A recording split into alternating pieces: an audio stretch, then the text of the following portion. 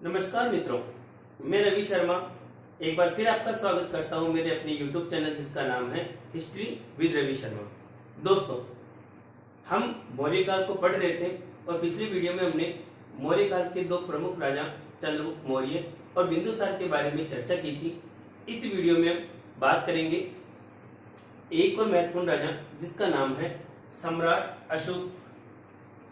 सम्राट अशोक। दोस्तों, जब हम इस सम्राट अशोक के बारे में बात करते हैं तो हमें मालूम पड़ता है कि भारत के इतिहास में यह पहला राजा था जिसने युद्ध नीति के बजाय धर्म नीति का पालन किया और धर्म विजय की बात या धर्म विजय की परिकल्पना इसने साकार की।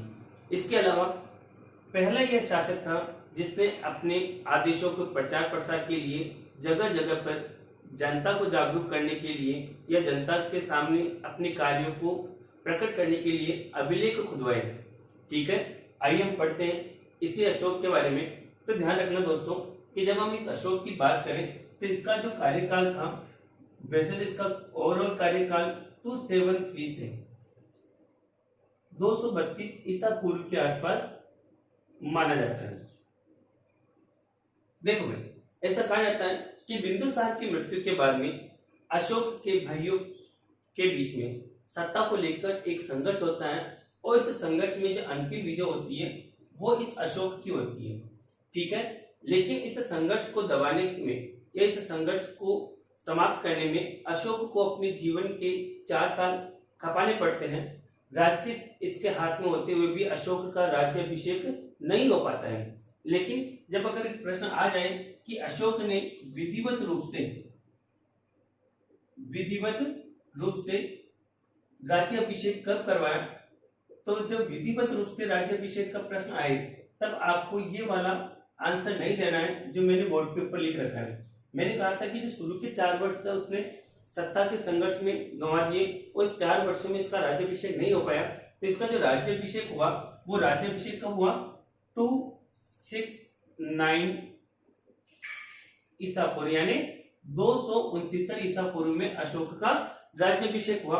और अशोक का जो राजनीतिक जीवन है वो 269 ईसा पूर्व से ही माना जाता है। ठीक है, देखो इस अशोक की बात करें तो राजा बनने के तुरंत बाद अशोक को अपने जीवन में एक भयंकर युद्ध लड़ना पड़ा था और इस युद्ध का जो समय था वो समय था 261 ईसा पूर्व यानी 261 ईसा पूर्व। और जो युद्ध लड़ा गया था इस युद्ध का नाम था कलिंग का युद्ध। कलिंग का युद्ध। ठीक है, देखो इस कलिंग के युद्ध में अशोक के जीवन काल में लड़ा गया सबसे बड़ा और विनाशकारी युद्ध था। इस युद्ध में 2 पक्ष थे। एक मौर्य काल की तरफ से सम्राट अशोक का पक्ष था लड़ने वाला और दूसरा था कलिंग का शासक जो इस समय था जिसका नाम था नंदराज। क्या नाम था? नंदराज, या कई बार इसकी जगह आपको नंदराज भी देखने को मिल जाता है। ठीक है, यह युद्ध बहुत ही भयंकर था और इस युद्ध में जो अंतिम विजय की हाथ लगी थी वो अशोक के लगी थी। युद्ध कब हुआ? 261 ईसा पूर्व में यानी अशोक के विधिवत राज्याभिषेक के 8 वर्ष बाद। ठीक है, अब देखो एक बार ये प्रश्न आया था कि ये जो कलिंग का शासक नंदराज है, इस नंदराज के बारे में उल्लेख कहाँ मिलता है? तो देखो इसके बारे में उल्लेख करने के लिए एक अभिलेख है जिसका नाम है हाथी गुम्फा अभिलेख। क्या नाम है? हाथी गुम्फा अभिलेख। यह हाथी गुम्फा अभिलेख है किसका? तो यह अभिलेख था कलिंग का एक शासक था जिसका नाम है खारवेल।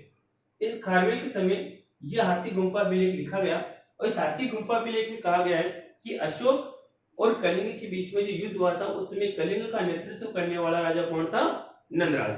ठीक है, युद्ध में अशोक की विजय होती है और नंदराज की पराजय हो जाती है। ठीक है, पराजय होने के बाद में एक बार प्रश्न आया था कि ये जो कलिंग युद्ध है तो इस कलिंग युद्ध और इसके जो परिणाम हैं इन परिणामों का उल्लेख अशोक के कौन से अभिलेख में मिलता है? ठीक है ना। देखो यहाँ पे तो हाथी गुम्फा विलेख में तो नाम मिलता है केवल कलिंग के शासक का, कि इस समय कलिंग का शासक कौन था, नंदराज या नजराज। लेकिन इस कलिंग युद्ध और इसका जो वर्णन हुआ या इसका जो परिणाम निकला, इस सारी घटना का उल्लेख करने वाला अगर अशोक का अभिलेख पूछे तो अभिलेख कौन सा था, अशोक का 13वां अभिलेख। इस 13वें अभिलेख में कलिंग युद्ध और उसके परिणामों के बारे में चर्चा की गई है। मैं अशोक के अभिलेख आपको अलग से वीडियो में पढ़ाऊंगा, उसमें अशोक के सारे अभिलेख अपन पढ़ेंगे, जिसमें शिलालेख, स्तंभ लेख, गुफा लेख सभी को एक साथ पढ़ेंगे। ठीक है, इस वीडियो में भी हम अभिलेखों के बारे में चर्चा नहीं कर रहे हैं। ठीक है, ऐसा कहा जाता है युद्ध समाप्त होता है और समाप्त होने के बाद में जब अशोक अपने महल में या अपने दरबार में उत्सव मना रहा होता है, उस समय एक बौद्ध भिक्षु अशोक के दरबार में आता है। उस बौद्ध भिक्षु का नाम क्या था,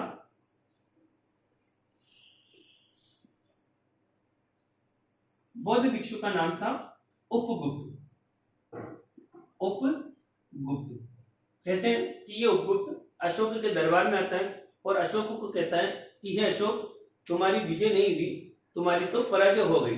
तब अशोक कहता है कि भाई युद्ध में तो जीतने वाला मैं था, तो मेरी पराजय कैसे हुई। तो ऐसा कहा जाता है कि तब उपगुप्त ने अशोक का हाथ पकड़ा और उसे युद्ध भूमि में ले गया और अशोक को वो भयानक दृश्य दिखाया, जिसके बाद में अशोक के हाथ से तलवार छूट जाती है और अशोक फिर कभी भी युद्ध न करने का निश्चय करता है। ठीक है, और ऐसा कहा जाता है कि इस उपगुप्त ने ही अशोक को कौन सा धर्म ग्रहण कराया था, बौद्ध धर्म ग्रहण कराया। किसने कराया, उपगुप्त ने। अब देखो इसके विषय में भी अलग अलग मत मिलते हैं कि किस शासक ने, किस बौद्ध भिक्षु ने अशोक को बौद्ध धर्म ग्रहण कराया। देखो जो एक बौद्ध साहित्य जिसका नाम है दिव्यावदान, दिव्यावदान, इस दिव्यावदान के अनुसार तो अशोक को बौद्ध धर्म ग्रहण कराने वाला व्यक्ति कौन था, उपगुप्त। जबकि श्रीलंका में भी दो बौद्ध साहित्य की रचना हुई थी, एक था दीपवंश और दूसरा था महावंश। अगर जब इन दोनों साहित्यों की बात करें तो इन दोनों साहित्य की रचना कहाँ हुई, श्रीलंका में।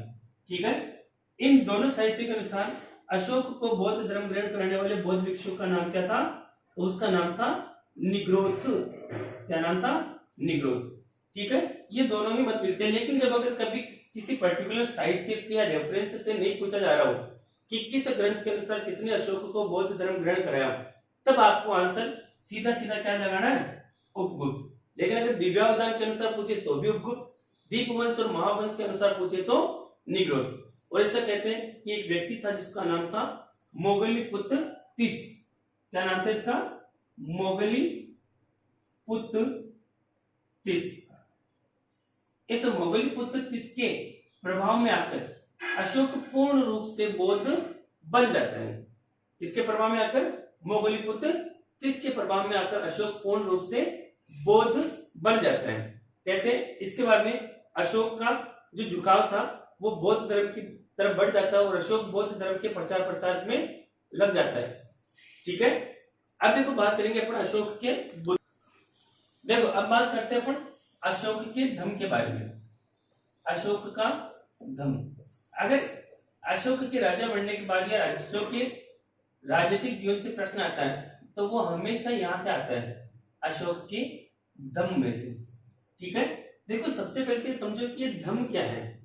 कई बच्चे कंफ्यूज रहते हैं कि धम्म शब्द को लेकर भ्रमित रहते हैं कि धम्म क्या होता है। तो देखो यह एक प्राकृत भाषा का शब्द है धम्म, ठीक है ना, जिसको हम अगर सही तरीके से ट्रांसलेट करें तो ये धम्म बनाता है शब्द धर्म से, है ना, जिसको धारण किया जाता है वो क्या कहलाता है, धर्म। और धर्म को प्राकृत भाषा में क्या कहा जाता था, धम्म। ठीक है, तो देखो अब यहाँ पे अपने को दो चीजें ध्यान रखनी है कि अशोक ने, ठीक है, अब देखो बात करें धर्म की, तो यहाँ पे अपने को दो चीजें ध्यान रखनी है कि एक तो कलिंग युद्ध से पहले अशोक का धर्म कौन सा था और कलिंग युद्ध के बाद अशोक का धर्म कौन सा है। तो देखो अगर अपन बात करें इसको कलिंग युद्ध को ही आधार मान के चले तो ध्यान रखना अशोक जन्म से बौद्ध धर्म को उपासक नहीं था। जन्म से अशोक जिस धर्म का उपासक था उस धर्म का नाम क्या था, शैव धर्म या शिव का उपासक अशोक जन्म से था। लेकिन कलिंग युद्ध के बाद, कलिंग युद्ध के बाद में अशोक ने बौद्ध धर्म धारण कर लिया था। लेकिन अब देखो प्रश्न आ जाए कि अशोक का धर्म कौन सा था, तो अशोक बौद्ध धर्म का अनुयायी था। लेकिन बौद्ध धर्म में भी अगर ऑप्शन में बौद्ध धर्म के साथ साथ एक विकल्प में अगर आपको उपासक बौद्ध मिल जाए तो ध्यान रखना आपको उपासक बौद्ध वाला विकल्प सही करना है। तो अशोक का कलिंग युद्ध के बाद अशोक ने कौन सा धर्म अपनाया था, तो वो कौन सा था, उपासक बौद्ध, उपासक बौद्ध, है ना। अगर उपासक बौद्ध नहीं आ रहा, केवल बौद्ध आ रहा तो आपको बौद्ध सही कर देना है। देखो अब बात करते हैं, सबसे पहले बात करते हैं कि अशोक के धम्म की धम्म क्या है, धम्म क्या है, या प्रश्न आ जाए कि धम्म का उल्लेख अशोक के कौन से उल्लेख में मिलता है, ठीक है ना। यह धम्म के बारे में जानकारी कहां से प्राप्त होती है, तो देखो इस धम्म की जानकारी प्राप्त होती है दूसरे व सातवें स्तंभ लेख में। किसमें मिलती है, दूसरे व सातवें स्तंभ लेख में। अभी यहाँ पे शिलालेख मत करना, शिलालेख अलग होता है, स्तंभ लेख, ठीक है। दूसरे व सातवें स्तंभ लेख में आपको यहाँ पे ध्यान रखना, वहां पे ऑप्शन में आपको गुहालेख भी मिल जाएगा, शिलालेख भी मिल जाएगा, ठीक है ना। आपको ध्यान रखना स्तंभ लेख के अंदर धम्म का उल्लेख मिलता है, जिसमें अशोक स्वयं से पूछता है कि धम्म क्या है, और फिर स्वयं ही उसका जवाब भी देता है कि अशोक धम्म क्या है, पापों से मुक्ति है, दया है, दान है, पेड़ लगाना है, सड़कें बनवाना, मतलब जितने भी नैतिकता या अच्छे कार्य होते हैं वो सब के सब क्या है, धम्म है, ठीक है ना। अब देखो भाई, अब बात आता है कि अशोक ने जो धम्म की अवधारणा है, धम्म की अवधारणा, ये अशोक ने धम्म की अवधारणा कहां से प्राप्त की है, कहां से ग्रहण की थी, तो ये धम्म की अवधारणा सबसे पहले कहां मिलती है, तो ये मिलती है एक बौद्ध ग्रंथ है जिसका नाम है दीर्घ निकाय। दीर्घ निकाय का ही एक पाठ है जिसका नाम है राहुलोवाद सुत्त, राहुलोवाद सुत्त। ध्यान रखना ये प्रश्न सेकंड ग्रेड में बन चुका है कि अशोक की जो धर्म की परिकल्पना वो कहां से ली गई है, दीर्घ निकाय के राहुलोवाद सुत्त से। कहां से ली गई है, राहुलोवाद सुत्त से ली गई है, ठीक है।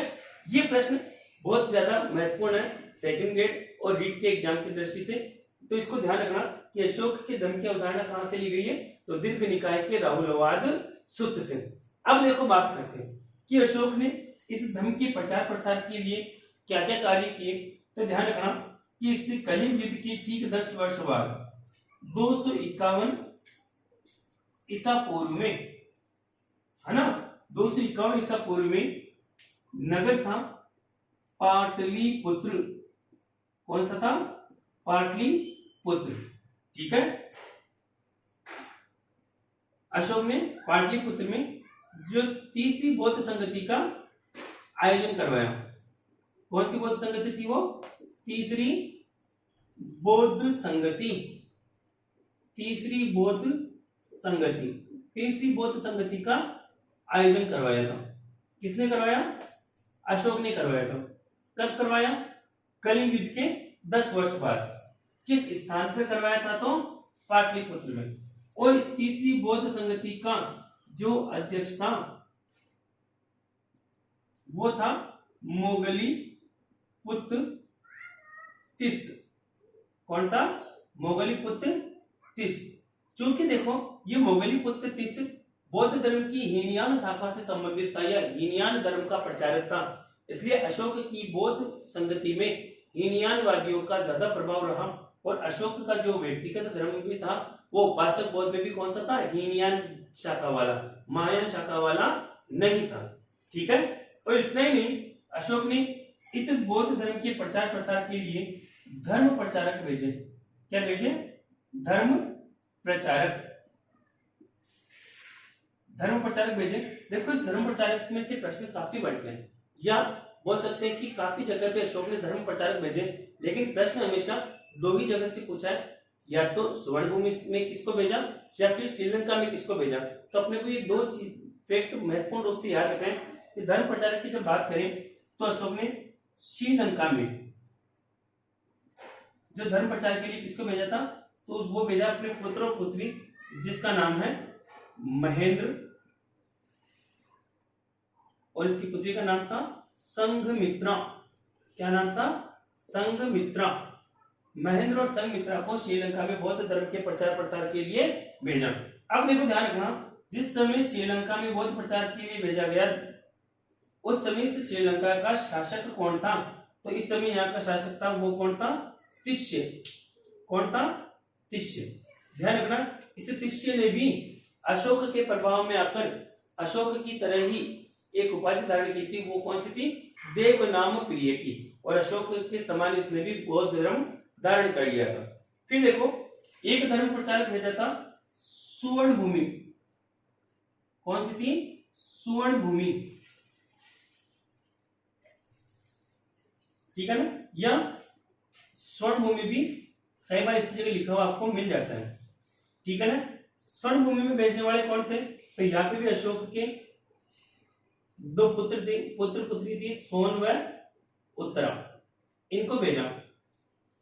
बाकी प्रश्न और भी आते हैं, जैसे कश्मीर में मजंती को भेजा, महाराष्ट्र में महाधर्म रक्षित को भेजा, है ना, और भी देशों में भेजे गए थे। लेकिन आपकी एग्जाम की दृष्टि से सबसे ज्यादा इंपॉर्टेंट कौन से? श्रीलंका और स्वर्ण भूमि। ठीक है। अब इसके बाद में देखो, ये हो गए कि अशोक ने बौद्ध धर्म के प्रचार के लिए क्या किया। एक तो बौद्ध संगति का आयोजन करवाया पाटलिपुत्र में, जिसकी अध्यक्षता मोगली पुत्र तिष्य की थी। और इसके अलावा अशोक ने ही बौद्ध धर्म के प्रचार प्रसार के लिए विदेशों में अपने राजदूत धर्म प्रचारक के रूप में भेजे। और इसके अलावा सबसे महत्वपूर्ण कार्य जो अशोक ने किया था वो किया था अभिलेख खुदवाने का। किसका किया था? अभिलेख खुदवाने का। जगह जगह पे अशोक ने अपने राज्य में अभिलेख खुदवाए। अब ध्यान रखना, इस अभिलेखों की चर्चा हम आगे करेंगे वीडियो में, लेकिन ये ध्यान रखना कि इसको अशोक को जो अभिलेख लगाने की प्रेरणा मिली थी वो प्रेरणा कहां से प्राप्त हुई। तो प्रेरणा प्राप्त होती है, एक ईरान का शासक था उस समय, ईरान का शासक जिसका नाम था दारा। क्या नाम था? दारा। दारा, या इसकी जगह आपको डेरियस नाम भी मिल जाएगा। क्या मिल जाएगा? डेरियस। ये डेरियस ईरानी नाम है और दारा इसका हिंदी रूपांतरण है। कहते हैं इस दारा की प्रेरणा से ही अशोक ने अपने राज्य में अभिलेख खुदवाए। ठीक है ना? और इस दारा की ही भांति अशोक ने एक उपाधि धारण की थी। वो उपाधि कौन सी थी? तो वो उपाधि थी देवनाम प्रिय। देवनाम प्रिय। तो ये देवनाम प्रिय की उपाधि भी अशोक ने किसकी प्रेरणा से धारण की थी? तो वो ईरान के शासक दारा प्रथम या दारा की प्रेरणा से धारण की थी। ठीक है, ये हो गया अशोक के द्वारा धर्म प्रचार के लिए किए गए कार्य। अब देखो, अशोक की जब बात करते हैं अपन, तो यहाँ पे देखना दो एक फैक्ट याद रखना अपने को, कि एक फैक्ट है, एक व्यक्ति का नाम आता है पिंगल वत्स जीव। क्या नाम आता है? पिंगल वत्स जीव। ये पिंगल वत्स जीव कौन था? तो ध्यान रखना, यह एक आजीवक धर्म का साधु था। क्या था? आजीवक धर्म का सन्यासी या भिक्षुक था, जिसने अशोक के बारे में भविष्यवाणी की थी कि अशोक या तो सन्यासी बनेगा या चक्रवर्ती सम्राट बनेगा, जैसे बुद्ध और महावीर स्वामी के बारे में घोषणाएं हुई थी। ठीक है। अब इसके बारे में देखो, एक और फैक्ट आपको याद रखना है इस अशोक के बारे में। वो फैक्ट क्या है? अनुसंयान। कि ये अनुसंयान क्या था, है ना? तो देखो, अशोक जो प्रति 5 वर्ष में, तब प्रति 5 वर्ष में अपने 3 अधिकारी थे। वो 3 अधिकारी कौन से थे? युक्त, राजुक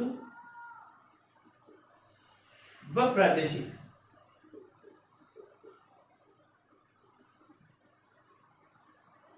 युक्त राज्यों और प्रादेशिकों को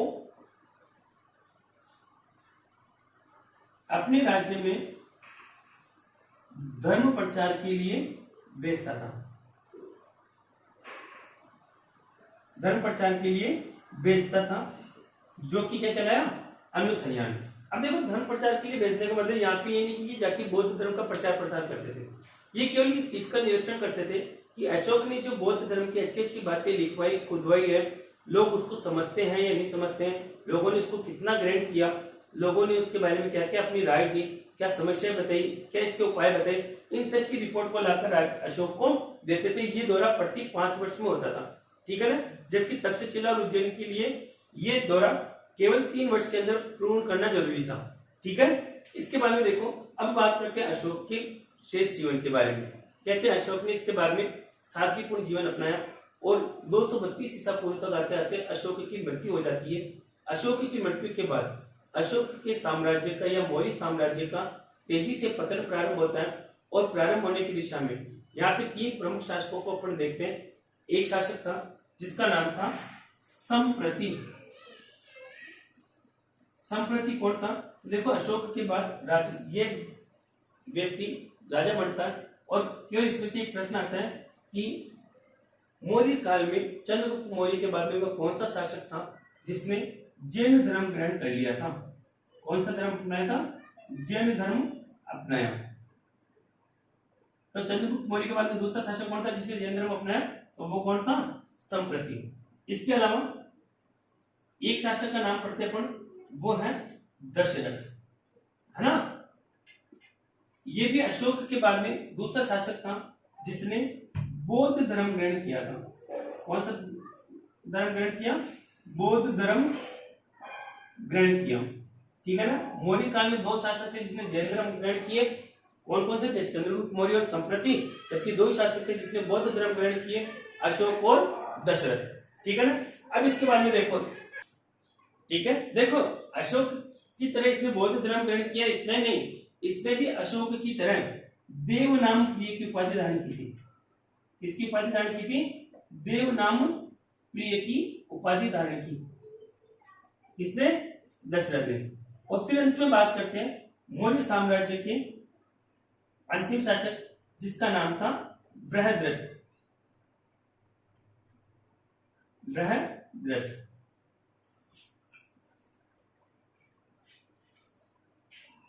देखो भाई, ऐसा कहा जाता है कि ये मौर्य वंश का अंतिम शासक था, ठीक है ना।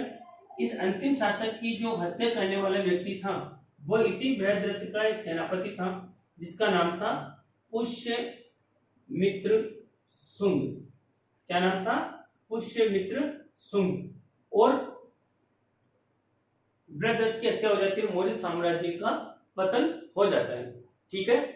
अब बात करते हैं, देखो अगली वीडियो में अपन बात करेंगे अशोक के अभिलेखों के बारे में, प्रशासन के बारे में, मौर्यकालीन कला संस्कृति कैसी थी, साहित्य में क्या क्या योगदान था मौर्य काल का, ठीक है दोस्तों। इस वीडियो को जरूर देखें और इसके वीडियो को लाइक करें, शेयर करें, सब्सक्राइब करें और कमेंट बॉक्स में कमेंट जरूर करें कि आपको ये वीडियो कैसा लगा, ठीक है। धन्यवाद।